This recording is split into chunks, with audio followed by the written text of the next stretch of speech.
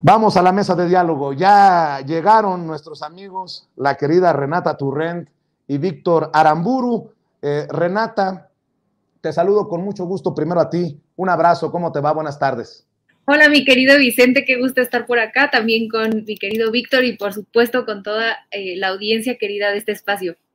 Gracias, querida Renata. Doctor Víctor Aramburu, ¿cómo te va? Te saludo también a ti con mucho gusto. Pues igualmente, hola Vicente, hola Renata, qué gusto estar con los dos. Y bueno, pues aquí también con la audiencia, evidentemente, se va a poner bueno el cotorreo. Pues vamos, si quieren, a los temas para avanzar y dejar la víbora chillando, como digo yo aquí en Sin Censura. Primero, a ver, ¿qué piensan ustedes los dos en la Ciudad de México? ¿Qué piensan de las reacciones de la oposición a lo anunciado sobre la presencia de la Guardia Nacional para proteger el metro, para vigilar el metro, y de la declaración de la jefa de gobierno Claudia Sheinbaum, que es aterradora por el hecho de que dice que encontraron una de las cajas negras del metro involucrado en el accidente en el que murió una muchacha y hubo decenas de heridos en una camioneta. Este no es un tema menor, no es un tema fácil, es un tema complicadísimo, pero yo creo que la gente merece escuchar nuestras opiniones. Yo me he mantenido al margen de la idea del boicot, de todo esto, pero es que la oposición con sus reacciones hacen mal pensar a cualquiera. Mi querida Renata, ¿cómo ves? Sí, totalmente, mi querido Vicente. Yo empezaría diciendo que, a mí me pareció prudente el mensaje que da la jefa de gobierno hoy en la mañanera, porque primero, ante cualquier otra cosa, lo primero es la seguridad de la gente en la Ciudad de México, que se sienta segura, que no vuelva a pasar ninguna tragedia en el metro. Eso es lo más importante. Entonces, si se necesita hacer uso de la Guardia Nacional, que es parte del Estado mexicano para garantizar la seguridad de los ciudadanos, pues para eso se creó la Guardia Nacional también. Entonces, qué bueno que estén la Guardia Nacional protegiendo esto. Lo segundo es que a mí me gustaría un poco también incluir en esta participación que hay mucha infraestructura del Estado mexicano que es protegida por la Guardia Nacional, ¿no? Por ejemplo, las bóvedas del Banco de México, por ejemplo, estaciones específicas de la CFE, porque hay cuestiones de seguridad que necesitan de la Guardia Nacional para que ésta sea protegida. Entonces, ante tantas anomalías, que es lo que presenta hoy la jefa de gobierno y lo que, como bien mencionas, es aterrador, ante varias anomalías en el ratito que estuvo la jefa de gobierno en la mañanera, le reportaron que había habido 3 incidentes. Esto es distinto, probablemente si pudiéramos ver la gráfica, que supongo en algún momento la mostrarán, pues se mostrará que esto es una anomalía a los incidentes que comúnmente suceden en el metro, que no se pueden explicar con esa noticia falsa que han querido instaurar de que no se ha invertido presupuesto en mantenimiento, lo cual es totalmente falso, ya se enseñaron los números. Entonces, dado que hay anomalías como este incremento en el número de los incidentes o este tema gravísimo que menciona en la caja negra, pues claramente hay una sospecha de, vamos a dejarlo como anomalía en la operación del metro, ¿no? En la garantía de seguridad. Puede ser sabotaje, puede ser otra cosa. En lo que se investiga esto, lo más prudente, creo yo, es poner a la Guardia Nacional para asegurar que esto no siga pasando. Y si al momento, hoy en un ratito, a las 2 de la tarde, cuando se desplieguen esos 6,000 elementos, más de 6,000 elementos a lo largo y ancho del metro de la Ciudad de México, de pronto, en unos días empezamos a ver que estos incidentes disminuyen o se acaban, pues es un argumento político, es un argumento legal, ante esta posible anomalía que no se entiende muy bien por qué está sucediendo, ¿no? Entonces, eso creo que, por un lado, esta decisión deja más seguros a los usuarios del metro y por el otro, de haber un sabotaje, alguna cuestión rara que ante mis ojos y mi humilde opinión, pues sí, no entendería cómo podría explicarse de otra manera. La presencia de la Guardia Nacional podría aportar a la ciudadanía estas pruebas y también, por supuesto, a la Fiscalía, porque claramente esto también necesita investigarse de manera formal, pues que hay aquí hay gato encerrado, ¿no? Y esto se debe hacer público, venga de quien venga, ¿no? Ahora sí que llegar a las últimas consecuencias, porque si hay alguna operación extraña que ha causado accidentes o incidentes, pues esto es criminal, literalmente criminal, ¿no? Atentado en contra de la vida y la seguridad de las personas que usamos el metro. Entonces, a mí me parece una acción muy prudente por parte del gobierno de la Ciudad de México y, por supuesto, con el apoyo del gobierno federal, mi querido Vicente, mi querido Vic, a menos de su mejor opinión. Pues sí, yo creo que está muy fuerte esto y está muy lejos de ver un final. Víctor Aramburu, ¿cuáles son tus opiniones acerca de esta situación que debe de ocuparnos a todos? Pues mira, de entrada sí es un asunto federal, o sea, porque estamos hablando de la zona metropolitana de la Ciudad de México. Hay que recordar que hay una línea que va por el Estado de México y que además millones de personas que vienen del Estado de México e incluso de Hidalgo, pues utilizan el metro. Entonces, pues si se busca una justificación en términos federales, ahí está, ¿no? O sea, de utilizar a la Guardia Nacional. Y además, bueno, pues que es una institución que goza de la confianza pues, de 7 de cada 10 mexicanos, de acuerdo a esto con la encuesta nacional de seguridad urbana que levanta el INEGI pues de manera trimestral, y esto ha sido sistemático, bueno, pues desde que entró en operación y particularmente a partir de 2020. Ahora, pues sí, yo coincido con lo que ha mencionado tanto la jefa de gobierno como ahorita Renata, y tú también, Vicente, pues que yo no les llamaría hechos atípicos, yo les llamaría eventos improbables, ¿no? En el sentido de que, bueno, pues sí, puede haber un accidente, esas cosas suceden no solamente suceden en el Metro de México, sino suceden en los metros de prácticamente todo el mundo, pero una vez al año, ya de manera cotidiana y además que se le dé tanto revuelo en los medios, pues lo pone a uno a pensar, ¿no? Digo, tampoco descarto que ese tipo de cosas puedan suceder. Digo, si nos ha tocado un temblor del 19 de septiembre 3 veces, pues luego ese tipo de cosas pueden suceder, pero la verdad es que la probabilidad de que ese tipo de eventos de manera concatenada se den es muy baja. Y entonces aquí ya empieza a oler algo feo. Y luego también está el tema que dio a conocer la jefa de gobierno, que la caja negra de uno de los vagones, pues apareció en una camioneta. Entonces, pues esto ya da de qué pensar, ¿no?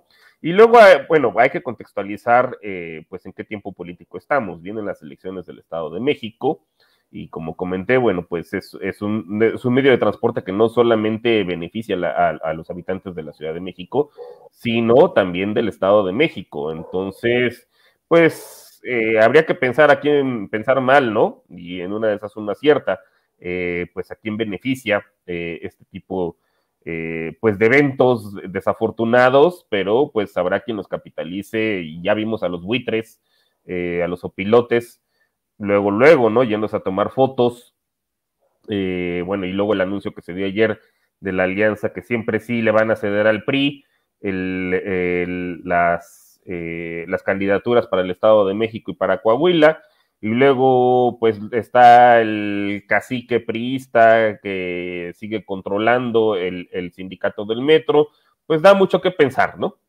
Entonces, y bueno, y luego el mantenimiento también, que pues en las anteriores administraciones estuvo a manos de empresas ligadas a este cacique, pues hay mucho que pensar. Entonces, y mucho que sospechar, pensaría yo, ¿no? Y ponerse sus suspicacias. Entonces, pues qué bueno, yo lo celebro, o sea, que se utilice a una fuerza federal para un asunto que atañe a más de una entidad federativa, y ojalá la presencia sea 24 horas, porque yo pensaría que este tipo de eventos, si es que pues son provocados, se dan en horas en las cuales, o se hacen este tipo de sabotajes, en horas en las cuales la gente no está presente, ¿no? Entonces, así es. Que los cables, que si los rieles y cosas de ese estilo, pues a la hora que se les da mantenimientos por la noche. Entonces, ojalá pues acompañe también la Guardia Nacional a la hora en la cual se le da mantenimiento al metro, que la presencia sea 24 horas.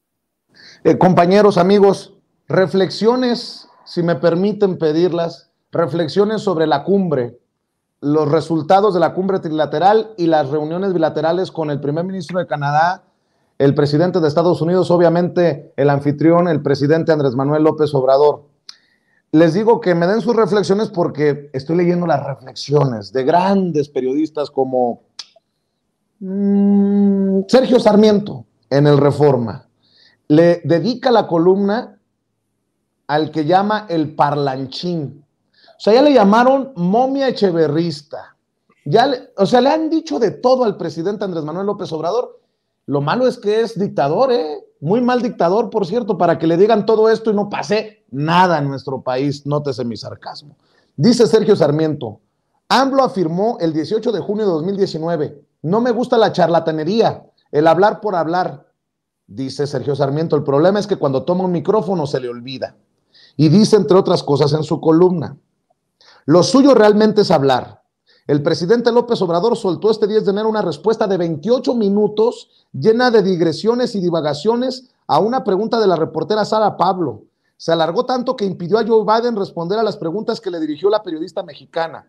No es que AMLO haya recurrido a ese largo discurso para evitar que Biden tocara el tema de la captura de Ovidio Guzmán o el del fentanilo, sino que padece simplemente de incontinencia verbal. ¡A su madre! Incontinencia verbal.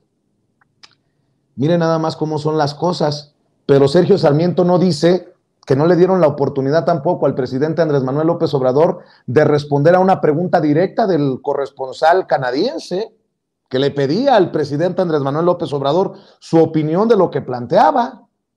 Ah, no, eso no era importante, ¿no?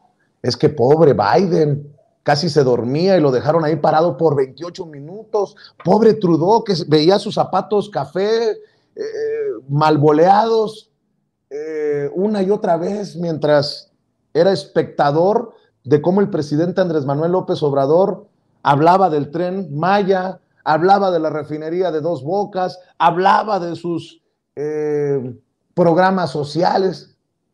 Bueno, pero no es el único. Y también, hay que decirlo, los ataques son contra la esposa del presidente, contra Beatriz Gutiérrez Müller, a quien le digo toda mi solidaridad, porque no podemos normalizar la misoginia, estos machitos que se creen grandes periodistas, pero que los traiciona, diría Sarmiento, su incontinencia verbal. Escuche, por ejemplo, a Pedro Ferriz de Con.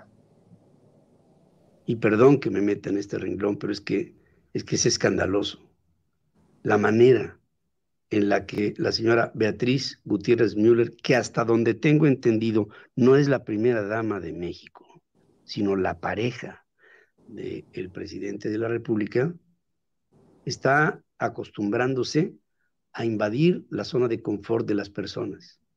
La semana pasada atacó a Lula da Silva cual si fuera una arribista. El día de ayer le quiso tomar la mano en lo que avanzaban Joe Biden, López Obrador, Jill Biden y ella.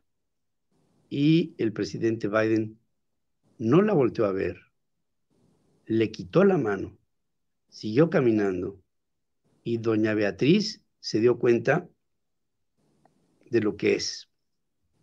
Y lo que es no lo voy a describir aquí por caballerosidad. Pero evidentemente todos nos damos cuenta que no solamente el presidente, sino la pareja presidencial en México son una vergüenza para nuestra historia. Es lo que dice Pedro Ferriz de Con. Yo no me voy a meter ahorita en qué tan vergonzosos son los espectáculos y los episodios de los Ferriz que se han ventilado públicamente, de él, de su hijo, pero pues de la misma calaña de la chimoltrufia que escupió el saco de pus Javier Lozano contra Beatriz Gutiérrez Müller, y el clasismo, ¿no? Jill Biden, por ejemplo, frente a Marcelo Ebrard en la despedida junto a su esposo Joe Biden de México, usó tenis shoes, o sea, tenis cómodos, zapatos cómodos, y nadie le dijo, ¿Cómo es posible que la primera dama de México se haya puesto tenis con vestido, con falda? Pero bueno, perdón, la opinión más importante es la de nuestros amigos Renata Turrent y Víctor Aramburu. Renata, escucho tus reflexiones. Bueno, a mí la verdad es que no me deja de sorprender, como bien dices, querido Vicente, la misoginia de estos personajes, que todavía además cierra su comentario diciendo, no lo digo por caballerosidad, de verdad no entiende nada el señor sobre su misoginia, ¿no? Si la doctora Beatriz Müller hubiera sido tan despreciada como este señor inventa, por Lula, por la pareja Biden, por la pareja Trudeau, pues me cuesta trabajo pensar, no, digo, yo no sé si no vio las fotos de todos abrazados y todos subidos en estas travesuras que contaba el presidente de la mañana, o sea, de verdad me sorprende y no tengo mucho más allá que decir, más que parece que viven en una realidad paralela. No sé qué cumbre vieron, no sé de dónde sacan esas ideas un poco pues, fantasiosas, un poco de Disneylandia y con muchísima misoginia definitivamente contra la doctora Beatriz, a quien me sumo a la solidaridad que tú ya bien expresas. Sobre lo que mencionan de los parlanchines, a mí me gustaría decir dos cosas. La primera es que sí, Andrés Manuel López Obrador está en su casa, está recibiendo y es normal que hable un poco más que el resto. Y dos, y más importante, claramente no se dan cuenta que en esa crítica que hacen al presidente sobre que según creen que decir que tardó mucho tiempo en contestar y que los tuvo ahí parados es una crítica, cuando en realidad de fondo pues no se están dando cuenta que están reconociendo un símbolo de poder del presidente López Obrador. Yo ya quisiera ver si el expresidente Peña, hubiera podido estar contestando una pregunta, uno, de la manera tan elocuente como la hace el presidente López Obrador, y dos, planteándose políticamente, porque claramente fue una respuesta política el haberse parado a responder ahí como responden las mañaneras, es decir, haciendo un recuento de las políticas públicas exitosas de su administración frente a dos de los mandatarios más importantes del mundo. Si a mí alguien me dice que eso no es una muestra de poder político legítimo, pues yo no sé qué más ven. Entonces creo que le sale el tiro por la culata. Al final de cuentas, la crítica que hacen, desde mi punto de vista, un poco visibiliza esa muestra de poder que el presidente López Obrador hace con la respuesta de 27, 28 minutos.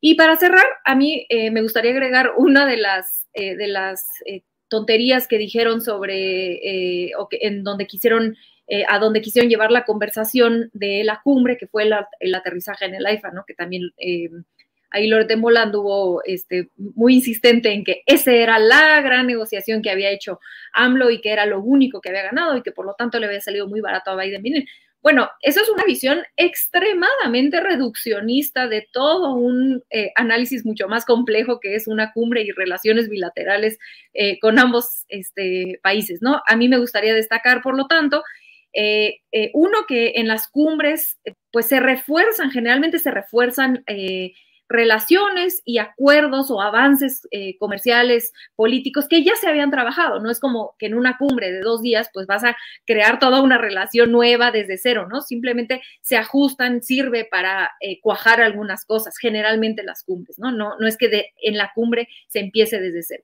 En ese sentido, claramente la relación se fortaleció, ¿no? Lo vimos todos en las fotos, creo que solamente Ferriz no lo vio, pero todo el mundo vimos que esa relación se fortaleció y que hubo acuerdos anunciados muy importantes. Hoy la Cancillería los anunció en la mañanera, que van muchísimo más allá del aterrizaje, muchísimo más allá, ¿no? Cuestiones migratorias, cuestiones comerciales, que verdaderamente vale la pena nada más escuchar lo que anuncia la Cancillería hoy para saber que va mucho más allá que un aterrizaje. Y el hecho de que el aterrizaje se pueda poner sobre la mesa de negociación significa que Biden y Estados Unidos, el gobierno de Estados Unidos en general, está exprimiendo todo lo que puede para negociar con el gobierno mexicano. ¿Y qué significa esto? Pues que el poder de negociación de México ha incrementado frente a los estadounidenses, claramente, porque que los estadounidenses, que Biden tenga que poner en la mesa algo que parecería irrelevante, como un aterrizaje en un aeropuerto o el otro, pues significa que ahora el gobierno estadounidense, AMLO ha hecho, y lo digo con toda claridad, desde mi punto de vista, AMLO ha hecho que los estadounidenses se sienten a negociar y no a dictar. Y eso tendría que festejarse por todos los mexicanos, independientemente de nuestras filias y fobias con el presidente.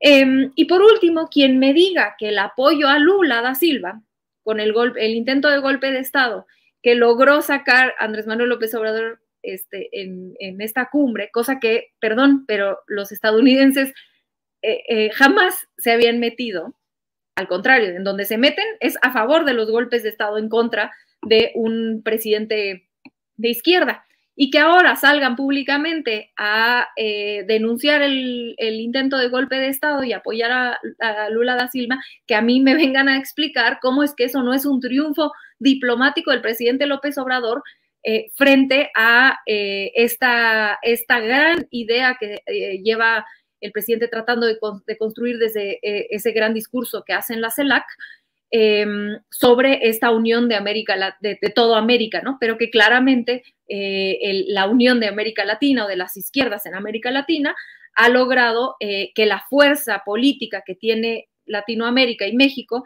frente a Estados Unidos, pues sea mucho más fuerte. Entonces, quien no quiera ver esto, mi querido Vicente, mi querido Vic, pues la verdad es que creo que vive en Disneylandia, por decirlo menos. Así es, Víctor Aramburu, dame tus opiniones.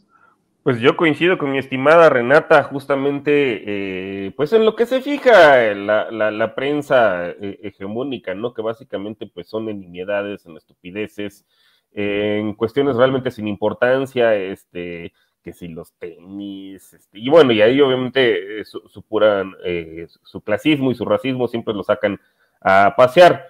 Digo, ya eso ya no es novedad, ¿no? Ya estamos más que acostumbrados a que se queden solamente en eso, justamente como dice el dicho, ¿no? Cuando el sabio señala la luna, pues el estúpido, el idiota se fija en el dedo, ¿no?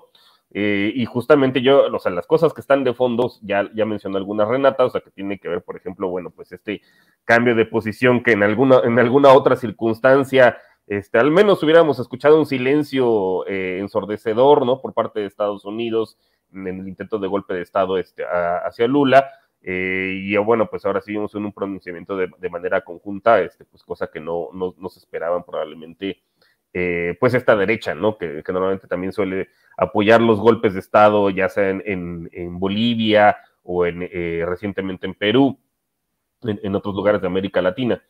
Y de hecho, bueno, pues a esto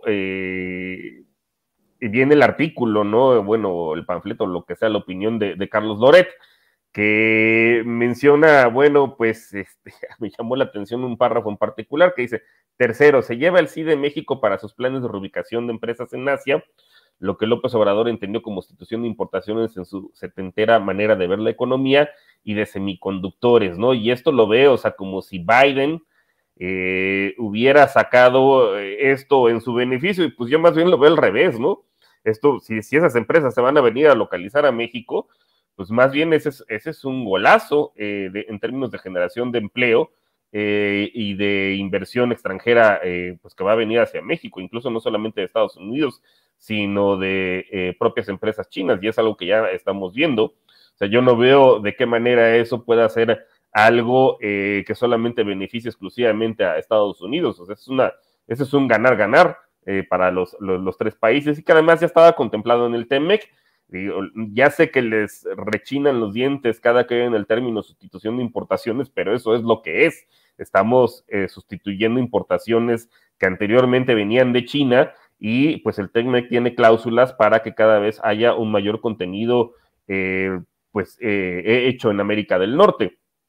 Y eso pues implica pues mejores salarios y mejores sueldos, y consumo pues de esta región.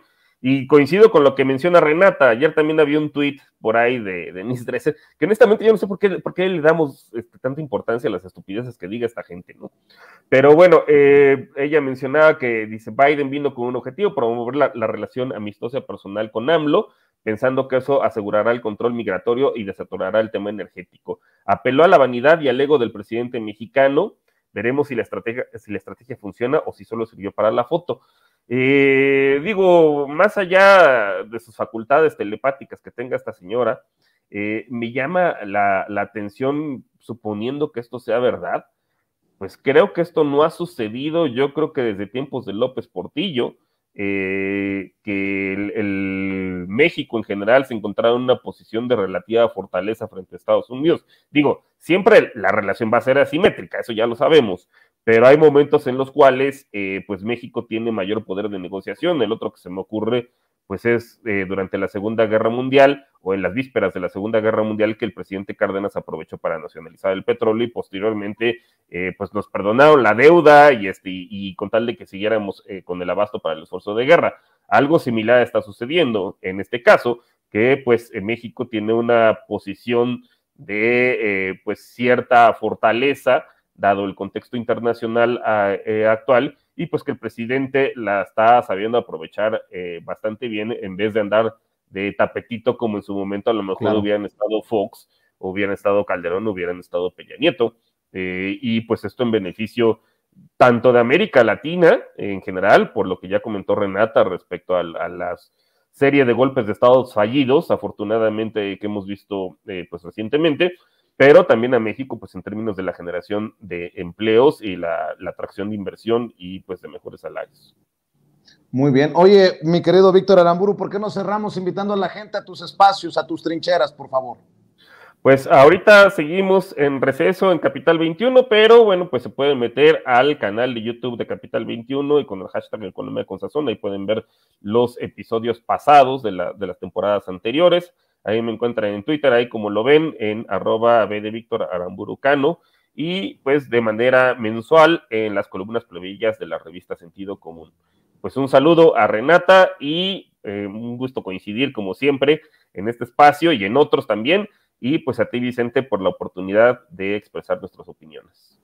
Claro que sí, Víctor, siempre este espacio es de todos. Mi querida Renata Turrent, con siempre la petición de que nos saludes y le des un abrazo a Renatititititita, ¿por qué no cerramos invitando a la gente también a tus trincheras? Claro que sí, mi querido Vicente. A mí me encuentran en @rturrent, como lo pueden ver acá, en Instagram y en Twitter. Voy a tratar de hacer TikTok, pero no sé si me dé la vida, solo ya lo abrí, ahí trataré de entrar algún día. Y también como Vic, me encuentran en Capital 21, como dice, estamos ahorita en receso para la siguiente temporada, pero igual pueden ver los episodios pasados, y aquí en este bellísimo espacio todos los jueves o viernes, casi siempre alguno de esos 2 días, y agradecerte a ti, mandarte un grandísimo abrazo, toda mi solidaridad ante todos los ataques que te tocan todas las semanas. También pedirle a la gente que te siga en Twitter, que es donde están más rabiosos la oposición contra ti, creo que contra todos nosotros. Y mandarle sobre todo un grandísimo beso a toda la audiencia, y a ustedes dos, por supuesto, un abrazo con todo mi cariño. Gracias, la querida Renata Turrent, el querido doctor Víctor Aramburu hablando con nosotros sin censura. Nos vemos, buenas tardes, y déjenme saludar a otro maestro.